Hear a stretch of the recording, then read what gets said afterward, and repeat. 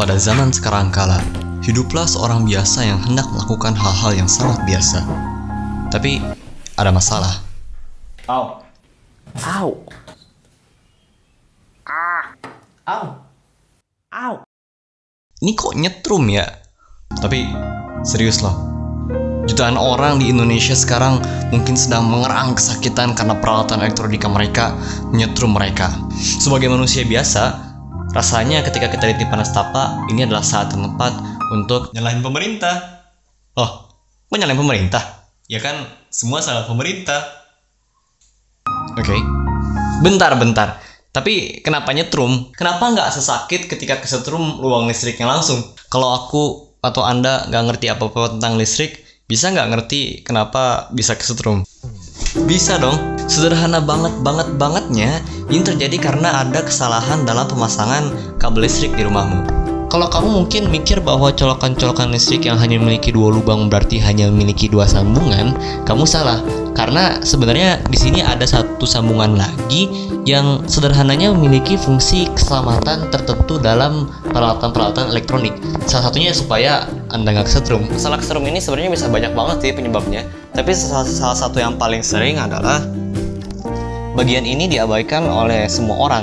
Mereka hanya menggunakan kabel yang hanya memiliki 2 kabel, tidak merangkai kelistrikan rumah dengan baik, atau menggunakan aksesoris kelistrikan yang memang tidak memfasilitasi kabel ketiga ini. Lihat nih, dia butuh 3 colokan, 1, 2, 3. Tetapi kabel seperti ini hanya memiliki 2. Jadi ini tuh sebenarnya kesalahan di emang-emang. Emang-emang bahasa Indonesia bukan sih? Bukan. Oh. Jadi ini tuh sebenarnya kesalahan di pekerja instalasi listrik di rumah kita. Banyak dari kita mungkin kalau urusan kelistrikan, kalau nggak diserahin ke tukang bangunannya, ya panggil tukang listrik kenalan kita aja. Yang pada umumnya mereka tidak begitu paham mengenai instalasi kelistrikan yang seharusnya seperti bagaimana. Tapi nggak sampai di situ dong. Gak rame kalau kita nggak ngelihat gambaran besarnya. Tapi ini disimpan dulu ya. Tindakan otak-atik kelistrikan rumah, memasang stom kotak baru, dan berangkat listrik ruangan tanpa ilmu yang memadai merupakan tindakan yang sangat berbahaya. Ya, kalau nggak berbahaya, tanda ini nggak akan ada guys. Efeknya bisa dari kesetrum ringan hingga ledakan yang bisa memicu kebakaran dan kematian. Dan ini bukan kesalahan yang efeknya bisa langsung terasa ketika semuanya baru dipasang, melainkan sebuah kesalahan yang efeknya tuh baru kerasa berbulan-bulan bahkan bertahun-tahun setelah instalasi. Jadi sebenarnya pemerintah sudah menerapkan guideline dan peraturan-peraturan yang lumayan mendetil mengenai kelistrikan ini. Tapi emang pekerja instalasi kelistrikan di rumah kita kebanyakan nggak begitu paham atau bahkan nggak tahu mengenai regulasi, guideline, dan hukum kelistrikan ini. Akhirnya pekerjaan-pekerjaan ini yang seharusnya dikerjakan oleh orang-orang yang berilmu dan profesional seringkali malah berakhir dikerjakan oleh orang-orang yang berpendidikan rendah. Dan orang-orang berpendidikan rendah di Indonesia tuh banyak banget. Dan untuk mengerti seberapa banyaknya, kamu harus mengerti dulu seberapa beruntungnya kamu. Jika kamu setidaknya sudah lulus atau sudah pasti akan lulus SMA, maka pendidikan kamu sudah lebih baik dari 64% orang Indonesia. Dengan kata lain, 64% penduduk Indonesia hanya mampu menamatkan jenjang SMP.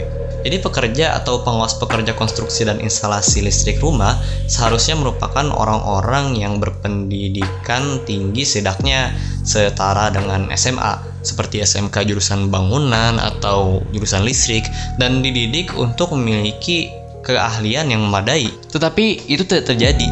Bidang-bidang ini tidak begitu diminati karena ya ngapain nambah sekolah 3 tahun kalau cuma jadi tukang?